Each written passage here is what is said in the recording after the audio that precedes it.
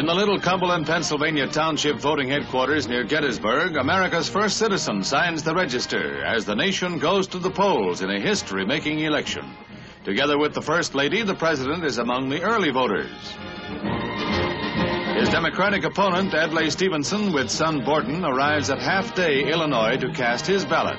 At the four corners of the nation, democracy is at work, as voters flock to the polls in unprecedented numbers. As evening returns come in, the trend is unmistakable. It's Eisenhower by a landslide with 457 electoral votes to 74 for Stevenson, and a 9 million vote plurality. The chief executive gives a solemn pledge.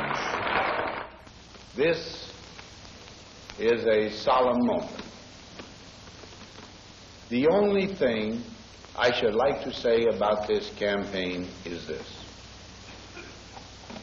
It is a very heartwarming experience to know that your labors, your efforts of 4 years have achieved that level where they are approved by the United States of America in a vote.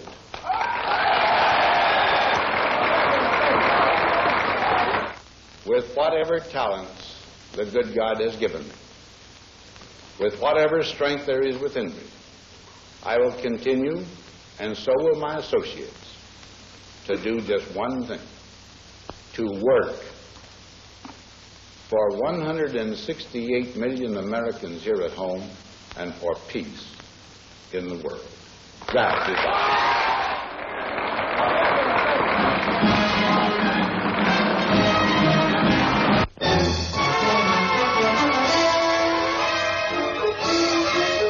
This is the death of liberty in Budapest. Encircled by units from 15 Red Armored divisions that have poured into Hungary, patriots fight to the last ditch as they attempt to eradicate hated Soviet books and flags before being ground under the iron heel of Russian juggernauts or being exiled into Siberia. While there is still time, thousands, both military and civilians, stream toward the Austrian border and the freedom they have bought so dearly. More than 10,000 succeed in reaching the haven, carrying with them the pathetic remnants of belongings they have been able to see, of uprooting and horror and armed oppression.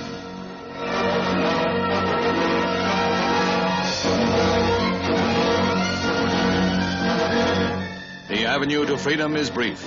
As night descends on liberty behind the Iron Curtain, a ring of red tanks blocks the last road to safety.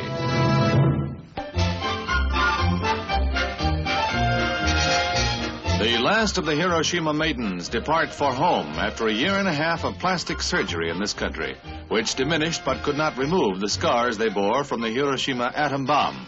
Living reminders of the horror wrought by the atom bomb in its first use against civilians, they say now that their sacrifice was worth it, if only the atom is never again used in war.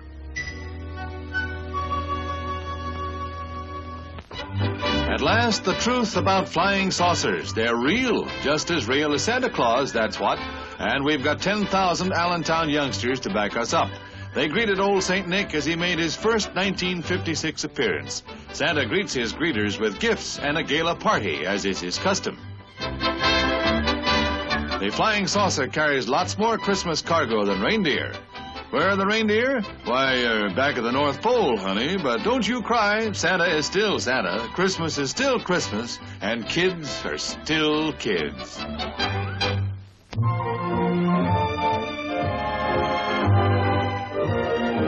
Right up to the minute, both in transportation and in dress, the first ski birds of the season migrate to the Bear Mountain Inn, hopeful of snow. There is no snow in New York, but that's snow, never mind, because the emphasis right now is on fashions. They're all dressed for snow in their white stag ensembles for winter sportswear, colorful outfits that will light up any festive occasion. They call them tow jackets, washable poplin, water repellent with little trimmings of fur to warm a womanly heart. The well-dressed ski instructor gives a loud hurrah for zipper pockets in his handsomely striped jacket. They help, and help is the word, whatever the interpretation. For skating, this ensemble gets a big vote. Corduroy pants topped by a sweater adorned with a gay scarf in matching hues. Yep, Jack Frost is calling. Trailing 7-0, the Chicago Bears roar back against the Los Angeles Rams. Brown rifles a long one. It's taken on the run by Harlan Hill for the TD. 70,000 in the Coliseum see the Rams roar right back with Van Brocklin calling the signals. His arm is as good as his aim. Leon Clark completes for a first down. From the 16, on a pitch out, Tank Younger skirts the Chicago flank, and the Rams are back in the lead. The Los Angeles play-for-pay Gritters break a second period deadlock when the Bears kick on fourth down. From his own 24, Bill Sherman picks up speed and blockers. Oh, what blocking he gets, and streaks down the sidelines. The blocks clear the way, and Sherman goes the distance for the 6 points. But the Bears, winner of 4 straight, rally to make it 5 in a row.